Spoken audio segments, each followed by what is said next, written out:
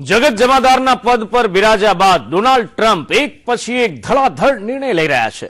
American સંસદના house of રિપ્રેઝેન્ટેટિવમાં H-1B visa સંબંધિત એક બિલ તૈયાર કરવામાં આવ્યું. આ બિલથી અમેરિકન કંપનીઓમાં ભારતીય લોકો સહિત વિદેશીઓને નોકરી પર જોખમ ઊભું થયું છે. તો આવો જાણીએ કે આ H-1B વિઝા આખરે છે શું.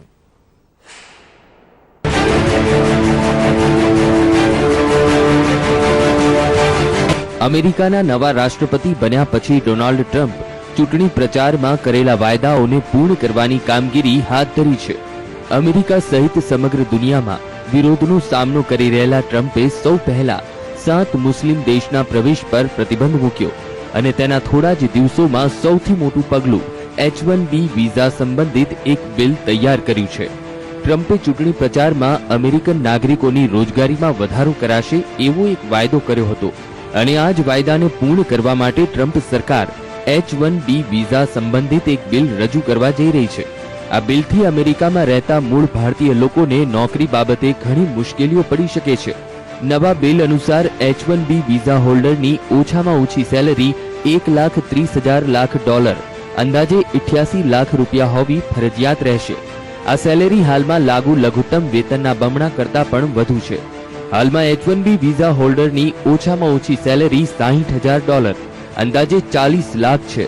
જો આ બિલ પસાર થઈ જશે તો અમેરિકન કંપનીઓ માટે અમેરિકામાં ભારત સહિતના વિદેશી કર્મચારીઓને નોકરી રાખવા મુશ્કેલ બનશે, કેમ કે ભારતીય લોકો ઓછી સેલેરીમાં અમેરિકામાં નોકરી કરે છે અને આ બિલ પાસ થશે તો ઊંચા પગારે કંપનીઓને ભારતીય લોકોને નોકરીએ રાખવા પડશે, જેનાથી અમેરિકામાં રહેતા ભારતીયોની આવકમાં વધારો તો થશે, પરંતુ અમેરિકામાં નોકરી માટે જનાર લોકોના સ્વપ્ન પર પાણી ફરી જશે.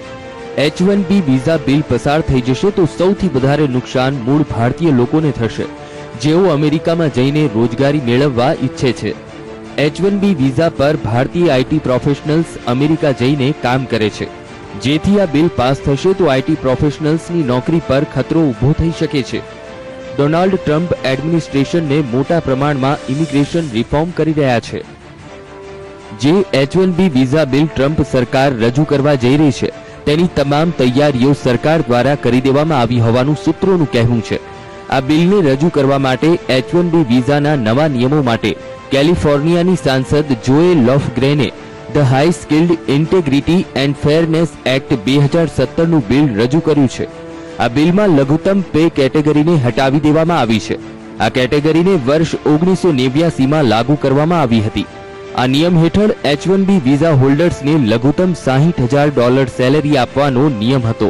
ટ્રમ્પ સરકાર અમેરિકનો માટે રોજગારી તક વધારવા માટે H-1B વિઝા બિલમાં સુધારો કરવા જઈ રહી છે. તેનાથી કેટલુંક નુકસાન પણ થઈ શકે છે. H-1B વિઝા બિલમાં સુધારા માટેના બિલ પહેલા ટ્રમ્પ સરકાર એક્ઝિક્યુટિવ ઓર્ડર લાવી શકે છે, જેનાથી માત્ર H-1B અને L-1 વિઝા પ્રોગ્રામમાં કાપ મૂકવામાં આવી શકે છે, જેથી પતિ પત્નીને આ પ્રકારને કોઈ વિઝા મળી શકશે નહીં.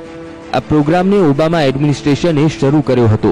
જો ટ્રમ્પ ઓર્ડર પાસ કરશે તો તે ઓબામા સરકારના બીજા નિર્ણયમાં ફેરફાર કરશે.